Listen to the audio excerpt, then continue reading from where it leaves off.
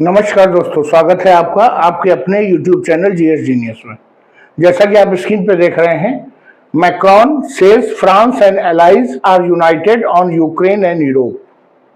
जो फ्रांस के राष्ट्रपति हैं इमैनुअल मैक्रॉन, उन्होंने बयान दिया है कि फ्रांस और उसके सहयोगी देश यूक्रेन और यूरोप के मुद्दे पर एक साथ हैं। क्या है ये मुद्दा, कहां से ये एक साथ होने की बात आई है, क्यों उन्होंने ऐसा बयान दिया है, इन सब चीजों को इस वीडियो में हम डिटेल में देखेंगे। इससे पहले कि मैं अपने इस वीडियो को शुरू करूं, आपसे हमारी रिक्वेस्ट है कि चैनल को सब्सक्राइब कर लीजिए, क्योंकि इस चैनल पर इसी प्रकार के आपके आसपास की देश दुनिया की खबरों को छोटे छोटे वीडियो के माध्यम से प्रस्तुत किया जाता है। तो चलिए मित्रों, देखते हैं। ये हैं फ्रांस के राष्ट्रपति इमैनुअल मैक्रॉन। काफी चर्चा में रहते हैं और विश्व में जो भी घटनाएं हैं उन पर बेबाकी से अपने विचार रखते हैं। जो ये मैक्रॉन साहब हैं, इन्होंने बुधवार को 19 फरवरी को ये कहा कि फ्रांस और उसके सहयोगी देश, ये सहयोगी देश कौन है? ये यूरोप के ही जो अन्य देश हैं वही फ्रांस के सहयोगी देश हैं। वो यूक्रेन के अधिकार और यूरोप की जो सिक्योरिटी अर्थात जो उनकी सुरक्षा से जुड़ी हुई चिंताएं हैं उनको लेकर के बहुत ही जो है सब एक साथ हैं। और जो भी रशिया के साथ अमेरिका जो भी पीस टॉक कर रहा है, कोई भी डील फाइनल करने से पहले इसको ध्यान में रखना चाहिए। किन चीजों को ध्यान में रखना चाहिए? यूक्रेन के जो एक देश के रूप में जो अधिकार हैं, जो उनकी संप्रभुता है और जो यूरोप की सुरक्षा का मुद्दा है, इन सब चीजों को रशिया के साथ सामने रखकर ही कोई समझौता करना चाहिए, ये फ्रांस के राष्ट्रपति ने कहा है। ये जो स्टेटमेंट है इनका, ये तब आया है जब एक हफ्ते बाद ये वॉशिंगटन अपनी आधिकारिक विजिट पर ट्रंप साहब से मिलने जा रहे हैं मैक्रॉन। उसके एक हफ्ता पहले ही उनका ये बयान आया है। फ्रांस ने जो है ये क्लियर कर दिया है कि वो जो फ्रांस और उसके जो सहयोगी देश हैं वो चाहते हैं कि यूक्रेन में जो है एक शांति की जो है बहाली हो जाए। और ये इन्होंने कब कहा? इन सभी लोगों ने, जो 19 यूरोपीय देश हैं, उन्होंने एक ऑनलाइन मीटिंग की। उसके बाद ये बयान निकल के आया कि फ्रांस और उसके सहयोगी देश यूक्रेन में हमेशा के लिए शांति की बहाली चाहते हैं, लेकिन ये जरूरी है कि कोई भी समझौता करने से पहले यूक्रेन के अधिकार और यूरोप की जो सुरक्षा चिंताएं हैं उनको भी ध्यान में रखा जाए। जो यूएस के प्रेसिडेंट हैं डोनाल्ड ट्रंप, उन्होंने पूरे यूरोप को चकित कर दिया था, बल्कि यूरोप को क्या पूरी दुनिया को चकित कर दिया था कि उन्होंने एक तरफा जो है वो डिप्लोमेसी स्टार्ट कर दी थी पुतिन के साथ बातचीत शुरू कर दिया एक तरफा। ना उसमें उन्होंने यूक्रेन को शामिल किया, ना उन्होंने यूरोपियन यूनियन को शामिल किया, ना ही किसी मध्यस्थ को शामिल किया। कहने का तात्पर्य है कि जब युद्ध में हथियार सप्लाई करने की बारी थी, आर्थिक रूप से मदद करने की बारी थी, तब अमेरिका लगातार यूरोप से हथियार सप्लाई करवा रहा था, यूक्रेन के सैनिकों को ट्रेनिंग दिलवा रहा था, उनको पैसे दिलवा रहा था। और जब बातचीत करने की आई तो उन्होंने यूरोप के देशों को दूध की मक्खी की तरह निकाल के अमेरिका ने फेंक दिया। इसीलिए ये जो यूरोप के देश हैं वो सभी अमेरिका के विरुद्ध लामबंद हैं। जो यूरोप के जो यूरोपियन यूनियन के जो कुछ नेता हैं उनको कहना है, उन्होंने जोर देकर के ये बात कही कि जब कभी भी कोई पीस प्रोसेस शुरू होगा, अर्थात कोई भी शांति वार्ता, कोई भी शांति के लिए कोई प्रयास शुरू होगा, तो हर हाल में उनको यूक्रेन के प्रतिनिधियों को और यूरोपियन यूनियन के प्रतिनिधियों को साथ लेकर के चलना चाहिए, क्योंकि इनके बिना कोई भी समझौता संभव नहीं है। युद्ध लड़ने वाली जो दो पार्टी थी वो रूस और यूक्रेन थी, ना कि रूस और अमेरिका। वास्तव में युद्ध अमेरिका ही लड़ रहा है। कहीं पर भी अगर रूस के साथ कोई टकराव है तो उसको प्रत्यक्ष या अप्रत्यक्ष रूप से अमेरिका ही लड़ रहा है, लेकिन चूंकि अप्रत्यक्ष रूप से लड़ रहा है इसलिए समझौता भी उसे अप्रत्यक्ष रूप से ही करना चाहिए। समझौता करने में उन्हीं दो पक्षों को सामने रहना चाहिए जो वास्तव में लड़ाई कर रहे थे। इसके अलावा उनका कहना है कि जो यूक्रेन की संप्रभुता है उसका भी सम्मान करना चाहिए और आने वाले वर्षों में अर्थात आने वाले भविष्य में यूरोप के समक्ष जो सुरक्षा संबंधी खतरे हैं उन पर भी विचार करना चाहिए। ऐसा ये 19 देशों के लोगों ने आपस में वार्ता करके अपनी बात कही है। इसके पहले जो वॉशिंगटन और कीव अर्थात यूएसए और यूक्रेन के जो रिश्ते हैं वो इस समय कुछ खराब हैं। कारण क्या है कि दोनों लोग एक दूसरे के खिलाफ कुछ न कुछ जो डिसरिस्पेक्टफुल स्टेटमेंट्स दे रहे हैं, कुछ ऐसे स्टेटमेंट्स एक दूसरे के विरुद्ध दे रहे हैं जो एक दूसरे को पसंद नहीं आ रहे हैं। अब तक अमेरिका ने यूक्रेन की मदद की और अब जो है अमेरिका अपने हाथ पीछे खींच रहा है, अब वो और आर्थिक रूप से मदद नहीं देना चाहता है। तो यूक्रेन का ये मानना है कि अमेरिका के ही जो है बढ़ावे के कारण वो रशिया से भिड़ा, नहीं तो वो बहुत आसानी से रशिया के साथ समझौता कर सकता था और रशिया के पाले में जा सकता था। चूंकि अमेरिका पीछे खड़ा था और अमेरिका कह रहा था कि यूक्रेन तुम संघर्ष करो, हम तुम्हारे साथ हैं, इसी कारण से यूक्रेन अपने से कई गुना मजबूत पहलवान के साथ वो लड़ गया। अब अमेरिका अपने हाथ पीछे खींच रहा है, यूक्रेन को उसने बीच में छोड़ दिया। ये जो यूएस और रशिया के बीच में जो मीटिंग हुई रियाद में, सऊदी अरब के रियाद में, जो यूएस के सेक्रेटरी ऑफ स्टेट और रशिया के फॉरेन मिनिस्टर इनके बीच में एक मीटिंग हुई इसी शांति वार्ता को लेकर के। उसमें जब मीटिंग के बाद ट्रंप साहब का एक आधिकारिक बयान आया और उन्होंने कहा कि जो ये युद्ध हुआ है यूक्रेन और रूस के बीच में, इसके लिए जो यूक्रेन और नाटो की जिद जिम्मेदार है। अब नाटो कहने का मतलब तो यह है कि नाटो में अमेरिका भी है, बल्कि अमेरिका ही है, बाकी तो सब उसके सहयोगी हैं। तो हाँ, वो नाटो को जिम्मेदार मानता है और नाटो के जो संगठन है उसमें उस अमेरिका को जिम्मेदार मानता है जिसका प्रतिनिधित्व उस समय जो बाइडेन कर रहे थे। तो उनका कहना है कि जो बाइडेन और नाटो के जो अन्य देश हैं उन लोगों ने मिलकर के इस यूक्रेन युद्ध को जो है भड़का दिया, नहीं तो बहुत बड़ी बात नहीं थी, इस युद्ध को रोका जा सकता था।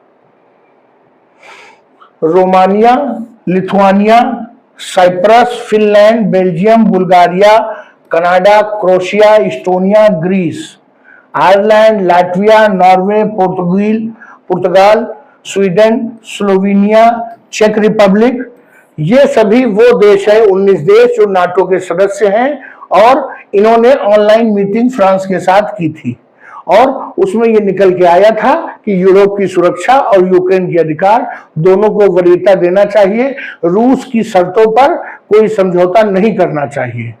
इसके अतिरिक्त जो इन लोगों ने यूक्रेन के साथ अपनी सॉलिडारिटी दिखाई और जो ट्रंप का डिसीजन है रूस के साथ अकेले अकेले निगोशिएट करने का, उसके खिलाफ जो है आवाज उठाई। ये सभी देशों ने ऐसा किया। जो हंगरी और स्लोवाकिया, ये दो देश ऐसे हैं जिनके प्राइम मिनिस्टर्स को मीटिंग में नहीं बुलाया गया था। कारण क्या है? ये लोग प्रो रशिया हैं, रशिया के साथ इनके बहुत अच्छे संबंध हैं और स्वाभाविक रूप से ये रशिया के खिलाफ कुछ भी नहीं सुनते, इसलिए इनको मीटिंग में नहीं बुलाया गया था। इसके अतिरिक्त तुर्की जो कि नाटो का सदस्य है, उसके बावजूद उसको नहीं बुलाया गया था क्योंकि वो इस समय डबल साइडेड गेम खेल रहा है। एक तरफ वो रशिया से अपने संबंध बेहतर करना चाहता है और दूसरी तरफ नाटो का सदस्य भी बना हुआ है, दोनों तरफ से वो खेलना चाहता है, इसलिए उसको भी मीटिंग में नहीं बुलाया गया था। यूरोप के जितने भी नेता हैं यूरोपियन यूनियन के, उन्होंने अपनी मंशा जाहिर की और बताया कि अगर इस समय रशिया को उसकी शर्तों के अनुसार उससे समझौता कर लिया गया तो आने वाले दिनों में रूस जो है वो यूरोप, विशेषकर जो पूर्वी यूरोप के छोटे छोटे देश हैं, उनके लिए एक खतरा बन जाएगा। और आने वाले दिनों में जो यूक्रेन की जितनी टेरिटरी उसने छीन ली है, उसका प्रयास रहेगा कि उसको और विस्तार किया जाए। ऐसा ये जो है यूरोपियन यूनियन के नेताओं का मानना है। ये जो यूरोपियन यूनियन के नेता हैं, इन्होंने कहा है कि इस समय यूरोप बहुत ही खराब समय से गुजर रहा है।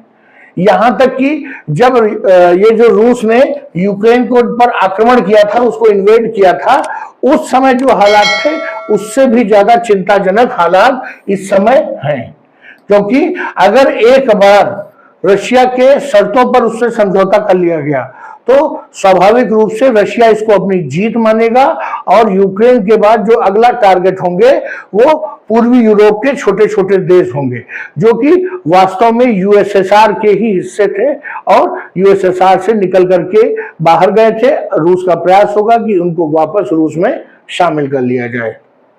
उन्होंने कहा कि इस मुसीबत की घड़ी में वे सब जो है यूरोपियन कंट्री जो है एक साथ हैं और अब वो समय आ गया है कि कुछ कठिन जो है विकल्पों को चुना जाए। मैंने अपने पुराने वीडियो में बनाया था कि अगर ट्रंप साहब ने रशिया से समझौता किया और उनकी शर्तों को माना तो ये नाटो का डाउनफॉल उस दिन से शुरू हो जाएगा।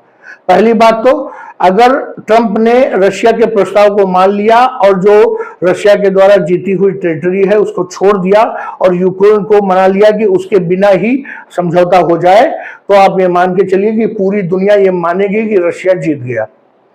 रशिया ने जो जीता वो कब्जा कर लिया, बस यही जीत है। अमेरिका की हार भले न हुई हो लेकिन यह भी तय हो जाएगा कि युद्ध आग अमेरिका की लगाई हुई थी और अमेरिका हमेशा की तरह युद्ध छोड़ के भाग गया। सबसे ज्यादा मुसीबत में यूरोपियन यूनियन फंस जाएगी क्योंकि उनका जो विश्वास नाटो की तरफ और यूएसए की तरफ बना हुआ था, उनका यह मानना था कि रशिया अमेरिका के कारण रशिया हम पर अटैक नहीं करेगा, वो विश्वास उनका टूट जाएगा और वो खतरे में तो वो पहले से थे लेकिन अब वो खतरा उनके सिर के ऊपर दिन रात मंडराता रहेगा। उनके मन में ये बात भरी रहेगी कि हम खतरे में हैं। जितने भी लीडर 19 लीडर इस मीटिंग में थे उन्होंने कहा कि रशिया से उनके डिस्प्यूट्स तो पहले से थे, विवाद तो पहले से चल रहा था, उसको वो खतरा मानते थे, लेकिन खतरा अब और ज्यादा बढ़ जाएगा क्योंकि अमेरिका के कहने से यूरोप के देशों ने यूक्रेन की मदद की और जितने इतने ज्यादा लंबे दिन जो युद्ध चला उसमें रूस हमेशा यूरोपियन जो देश हैं उनको जिम्मेदार मानता रहा कि ये सैनिकों के साथ उनकी आर्थिक रूप से उनकी जो सैन्य सामान है उनसे लगातार मदद कर रहे थे यूक्रेन की। इसीलिए यूक्रेन इतने लंबे समय तक रूस के साथ लड़ पाया और रूस का उसने काफी जो ये जो मिलिट्री हार्डवेयर था उसको नुकसान किया। कई प्लेन गिराए, कई ड्रोन गिराए और कई जो है टैंक नष्ट किए और बड़ी भारी मात्रा में उनकी सेना भी मारी गई। तो रूस ये मानता है कि ये सब यूरोपियन यूनियन के कारण ही उसका नुकसान हुआ है। तो अब ये दुश्मनी, अब ये जो खाई है वो और ज्यादा बढ़ गई है। जो यूरोप का मानना है कि अगर यूक्रेन में कोई लंबे समय तक शांति बनाए रख सकता है तो यूरोपियन यूनियन को शामिल किए बिना वो शांति कभी नहीं आ सकती है। कोई यूएस हो चाहे ट्रंप हो, हजारों किलोमीटर दूर बैठ करके वो यूरोप या यूक्रेन के भविष्य को डिसाइड नहीं कर सकते हैं, ऐसा यूरोप के जो अलग अलग देशों के प्रधानमंत्री और राष्ट्रपति जिन्होंने वार्ता की उनका मानना है। यूरोपीय लीडर्स ये भी कहते हैं कि अब वो नाटो के सदस्य होने के बावजूद अपने आप को सुरक्षित महसूस नहीं कर रहे हैं। मैंने आपको पहले बताया था कि स्वाभाविक रूप से अब यूरोप और यूएसए के बीच में एक जो है नहीं मतभेद तो मनभेद की स्थिति तो बन ही जाएगी और वो ये जान जाएंगे कि अमेरिका किसी के साथ परमानेंट नहीं जुड़ा है। तब भले उसने अपने स्वार्थ के लिए, अपने हथियारों को बेचने के लिए यूरोप के छोटे छोटे देशों को रूस का डर दिखाया, फिर नाटो में शामिल किया। नाटो में शामिल करने के बाद अब वो जो उनकी जियोपॉलिटिक्स है उन छोटे देशों की वो अमेरिका के अनुसार चलने लगी। अमेरिका के हथियार उन देशों में बिकने लगे। तो यहां से अमेरिका ने स्वार्थ की पूर्ति तो कर ली, लेकिन अगर किसी छोटे से नाटो कंट्री पर रूस ने अटैक किया तो आप ये समझ लीजिए थोड़ा बहुत तो सहायता अमेरिका करेगा, लेकिन पूरी सहायता नहीं करेगा। वो किसी भी देश के लिए रूस से लड़ाई नहीं करेगा। ये नाटो के देश समझ चुके हैं। तो मित्रों, ये है मामला जो रूस और यूरोप के बीच, रूस के कारण अमेरिका और जो नाटो देश हैं बाकी उनके बीच में जो एक दरार आ रही है वो दिनों दिन और चौड़ी होती जा रही है और यहीं से उनका जो डाउनफॉल है नाटो का वो शुरू हो गया। एक बार नाटो का डाउनफॉल शुरू हुआ, दूसरी तरफ Russia, Iran, north Korea, China, ये सभी देश, बेलारूस, ये सब मिलकर के एक उससे मजबूत संगठन खड़ा कर रहे हैं। आने वाले दिनों में नाटो को एक बहुत जबरदस्त चुनौती मिलने वाली है। चलिए मित्रों, वीडियो को यहीं समाप्त करते हैं। अगर आपको हमारा वीडियो अच्छा लगा हो तो इस वीडियो को लाइक करिए, चैनल को सब्सक्राइब करिए। धन्यवाद।